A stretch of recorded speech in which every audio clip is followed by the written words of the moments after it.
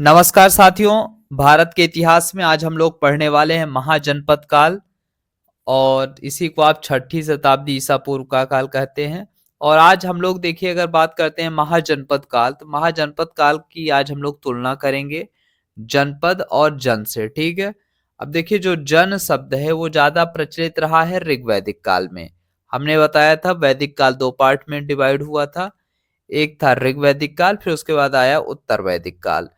अब वैदिक काल का पूरा जो टाइम पीरियड होता है तो 1500 बीसी से लेके 600 बीसी माना गया है भारत में।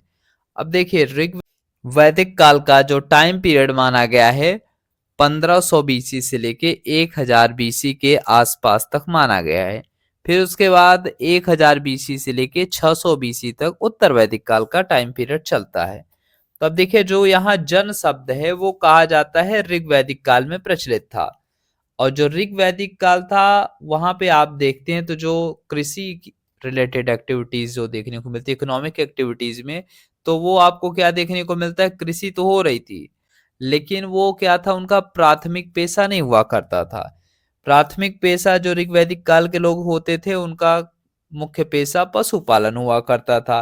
वहीं बात करते हैं मेटल के तौर पे, तो उन्हें लोहे का ज्ञान नहीं था ऋग वैदिक काल में रह रहे लोगों को। और बात करें समाज की, तो वो समतामूलक समाज था। समतामूलक मतलब जहाँ पे लगभग सब लोग क्या थे, बराबर थे। तो वो ऋग वैदिक काल था कहा जा सकता है। मतलब जब आप शुरुआती दौर में देखते हैं तो शुरुआती दौर में चीजें क्या दिखती हैं आपको, सब समानांतर दिखती हैं। तो वही सेम चीज आपको ऋग वैदिक काल में देखने को मिल रहा था। जो समाज था समतामूलक समाज था। और साथ ही कहा जाता है कि धार्मिक जटिलताएं नहीं थी। धार्मिक जटिलताएं नहीं थी तो इसका मतलब क्या होगा, जो कर्मकांड आपको देखने को नहीं मिलेगा ज्यादातर। और साथ ही साथ जो धर्म को लेके, फिर उसके बाद वर्णाश्रम को लेके इतनी जटिलताएं नहीं देखने को मिलती थी।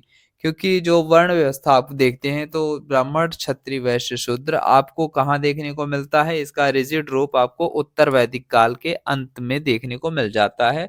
फिर वही महाजनपद काल में आपको ये और ज्यादा मात्रा में देखने को मिलता है। तो यही कहा गया कि जो जन है वो ऋग्वैदिक काल में प्रचलित रहा है।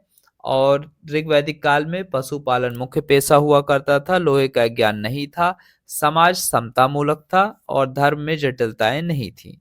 वहीं बात करते हैं जब उत्तर वैदिक काल आता है तो जो जन था वो जनपद बन चुका था।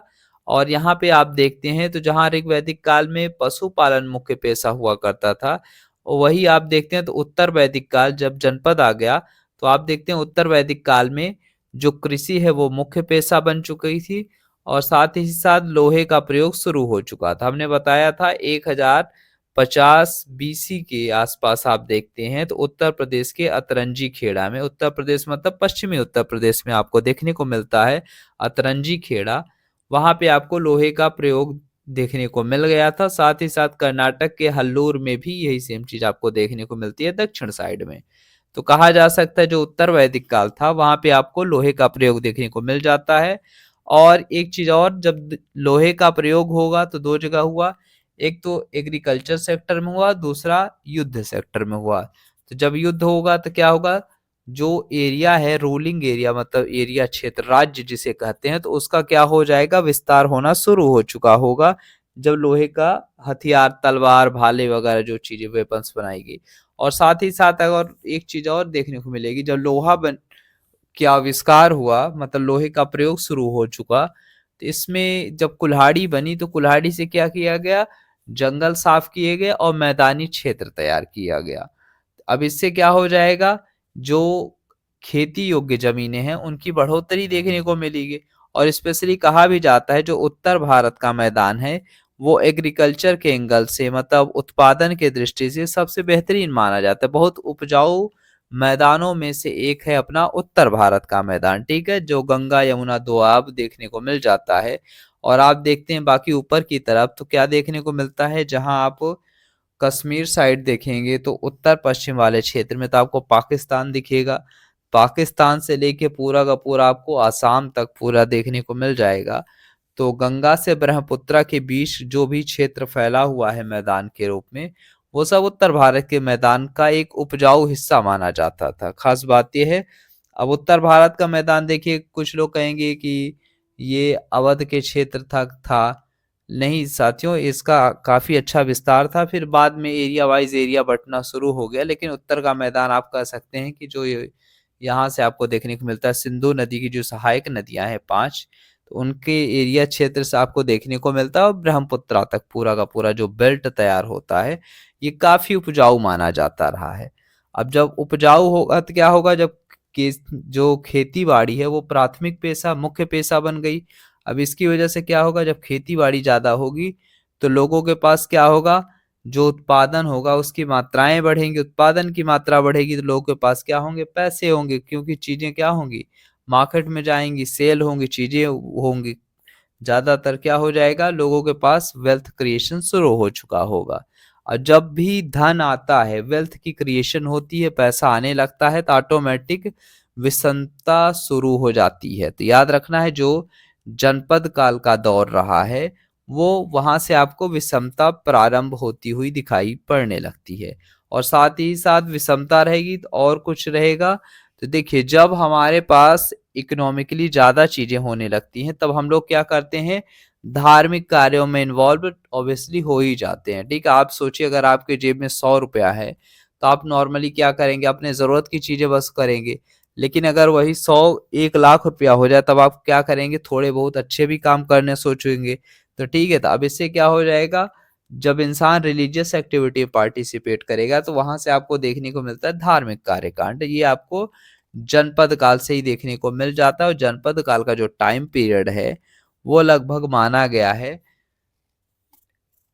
जो आप देखते हैं, तो जैसे ही जन खत्म होता है जनपद शुरू होता है, और जन कब खत्म होता है, तो ऋग्वैदिक काल जहां से खत्म हो जाता है। लगभग कहा जाता है कि 1000 से लेके 600 बीसी के आसपास आपको जनपद काल देखने को मिल जाता है। वहीं बात करते हैं साथियों, जो महाजनपद है, महाजनपद काल मतलब 6ठी शताब्दी ईसा पूर्व, इसी को आप बुद्ध काल भी कहते हैं।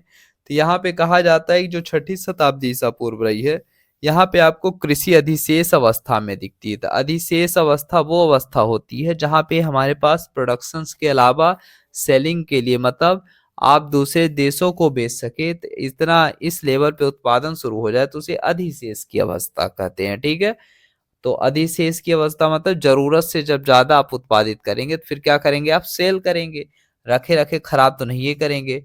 और नेक्स्ट बात करते हैं, तो लोहे की, इसमें जब भूमि का जो आप देखते हैं अच्छा खासा जो एग्रीकल्चर है, तो मतलब खेती के लिए जो भूमि तैयार की गई, तो इसमें लोहे की बहुत बड़ी भूमिका आ रही है। लोहा दो तरीके से भूमिका निभाया खेती के क्षेत्र में। पहला तो आप देखते हैं, तो लोहे का आप देखेंगे तो हल मिले, ठीक है ना, तो लोहे का हल यूज हुआ। हल मतलब जो फाल होता है उसे लोहे का बनाया गया, ताकि वो जमीन के अंदर तक खुदाई करे, और इससे क्या हो, मिट्टी में नमी रहे और उपजाऊपन बढ़ता रहे। ठीक है, तो ये सारी चीजें आपको देखने को मिल जाती है। और इसमें सबसे बड़ी भूमिका लोहे की क्रांति की रही है। लोहे की क्रांतिकारी भूमिका रही है, मतलब लोहे के आविष्कार होते ही, खोज होते ही बहुत जगह आपको परिवर्तन देखने को मिलता है। उनमें से सबसे बड़ा जो परिवर्तन देखने को मिलता है तो वो अर्थव्यवस्था के क्षेत्र में मिलता है। वहीं बात करते हैं, तो जो नगरीकृत समाज है वहां पे आपको देखने को मिलता है, कहाँ पे, महाजनपद काल में। और आपको जो समाज देखते हैं, हमने क्या देखा था, ऋग्वैदिक काल में समता मूलक समाज हुआ करता था। वहीं आप जब जनपद में देखते हैं, तो जनपद मतलब उत्तर वैदिक काल में, तो वहां पे आप विषमता प्रारंभ होती हुई आपको दिखाई पड़ने लगती है। लेकिन जैसे महाजनपद काल आते हैं, तो यहाँ पे आपको क्या देखने को मिलता है, नागरिक समाज के साथ साथ विषमता भी अत्यधिक क्रिएट होने लगी थी। और साथ ही साथ धार्मिक क्या हो जाएगा, कर्मकांडों की भी मात्रा क्या हो गया, बढ़ना शुरू हो गई। तो धार्मिक कर्मकांड के विरुद्ध नवीन धर्मों का उदय भी आपको देखने को मिल जाता है इसी गंगा घाटी के क्षेत्र में, जिसमें से कहा जाता है बौद्ध धर्म और जैन धर्म। और इसमें कहा भी गया है कि जब आप देखते हैं 6ठी शताब्दी ईसा पूर्व, तो लगभग 60 से ज्यादा, मतलब 60+ रिलीजन्स गंगा घाटी क्षेत्र में उस समय पीरियड में उभरे थे। ठीक है, और लेकिन जो सबसे ज्यादा जो चर्चित रहे हैं वो रहा है, पहला बौद्ध धर्म और दूसरा जैन धर्म को माना गया। ठीक है, वहीं आप देखते हैं एक चीज और देखने को मिलती है, जो महाजनपद काल है, यहाँ पे आपको देखने को मिलता है कि जो भूमि की माप है वो आपको देखने को मिल जाती है। पहली बार भूमि की माप शुरू हो गई। और नेक्स्ट दूसरा देखते हैं, तो मुद्रा विनिमय प्रणाली भी आपको देखने को मिल जाती है। तो अब हम बात करेंगे साथियों ऐतिहासिक काल छठी शताब्दी ईसा पूर्व काल की आर्थिक संरचना एवं उसकी विशेषताएं कैसी रही हैं। तो बात करते हैं, तो लोहे का कृषि के क्षेत्र में अत्यधिक प्रयोग आपको देखने को मिलता है छठी शताब्दी ईसा पूर्व से। और कृषि क्षेत्र का प्रसार होगा तो वनों को काटा जाएगा। और किस इसमें सबसे ज्यादा जो मदद करेगा, कौन करेगा? लोहे के उपकरण। लोहे के उपकरण मतलब कुल्हाड़ी, फावड़ा वगैरह, ये सब क्या होते हैं? कृषि क्षेत्र में भी यूज होते हैं, स्पेशली जंगलों की कटाई वगैरह में भी यूज होते हैं। ठीक है। नेक्स्ट, अब देखिए, जो लोहे का फाल बनाया गया जिससे भूमि की जुताई की जाती थी, अब उससे आसानी हो गई जोतने में भी। अब जब गहरी जुताई होगी तो इससे क्या होगा? भूमि की उर्वरता बढ़ेगी, और उर्वरता बढ़ेगी तो प्रोडक्शन ऑटोमेटिकली बढ़ना है। और जो पहले क्या होता था, जीविकोपार्जन हेतु खेती की जाती थी, अब वो क्या होगी? अधिशेष की अवस्था में वो उत्पादन शुरू हो चुका था। और नेक्स्ट अगर हम देखते हैं, तो जब अधिशेष उत्पादन होगा तब उससे रिलेटेड बहुत सारी चीजें आपको देखने को मिल जाती हैं। एक सम्मिलित परिणाम के तौर पे देखा जाए तो उत्पादन में अधिक वृद्धि होगी, तो व्यापार अधिशेष की अवस्था में जाएगा। और जब व्यापार अधिशेष की अवस्था की तरफ जा रहा होगा तो इसमें आप देखेंगे तो गैर कृषि कर्म को बढ़ावा भी मिलेगा। अब गैर कृषि कर्म क्या होता है? जिसमें आपका इंडस्ट्री देखने को मिलेगा। अब इंडस्ट्री मतलब इतनी बड़ी बड़ी फैक्ट्रियां नहीं दिखेंगी जो आज के टाइम पीरियड में है, लेकिन हाँ, उस टाइम पीरियड के अनुसार आपको उद्योग एवं शिल्प का विकास देखने को मिल जाता है। अब जब उद्योग एवं शिल्प का विकास देखने को मिलेगा तो इसमें आपको श्रम का विभाजन भी दिखेगा, और श्रम के विभाजन के आधार पर विशेषीकरण भी हुआ। ठीक है। व्यापार वाणिज्य का अत्यधिक विकास हुआ, और व्यापार वाणिज्य का जब विकास होगा तो साथ ही साथ आपको यातायात एवं परिवहन के साधनों का भी विकास आपको देखने को मिलेगा। ठीक है। तो यातायात, परिवहन के साधन, और साथ ही साथ आप देखेंगे तो जो रोड है, सड़क निर्माण भी शुरू हो गई। ठीक है। अब उस टाइम पीरियड में क्या यातायात थे, तो नॉर्मली क्या होता है, आपको देखते हैं तो बैलगाड़ी वगैरह ये सारी चीजें आपको ज्यादा मात्रा में देखने को मिली।